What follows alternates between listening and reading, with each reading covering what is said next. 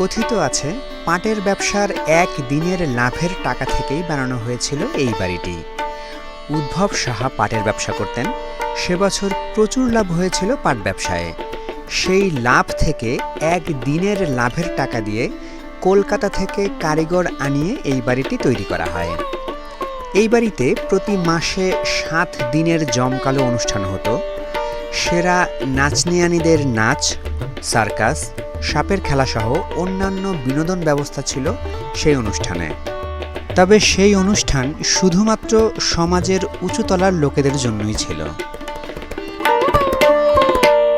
বাড়িটির যেখানে সেখানে আগাছা জন্মে প্রায় ঢেকে গেছে, কোথাও কোথাও দেয়াল ভেঙে পড়েছে, তবে রাজসিকতা ঢাকা পড়েনি এতটুকুও।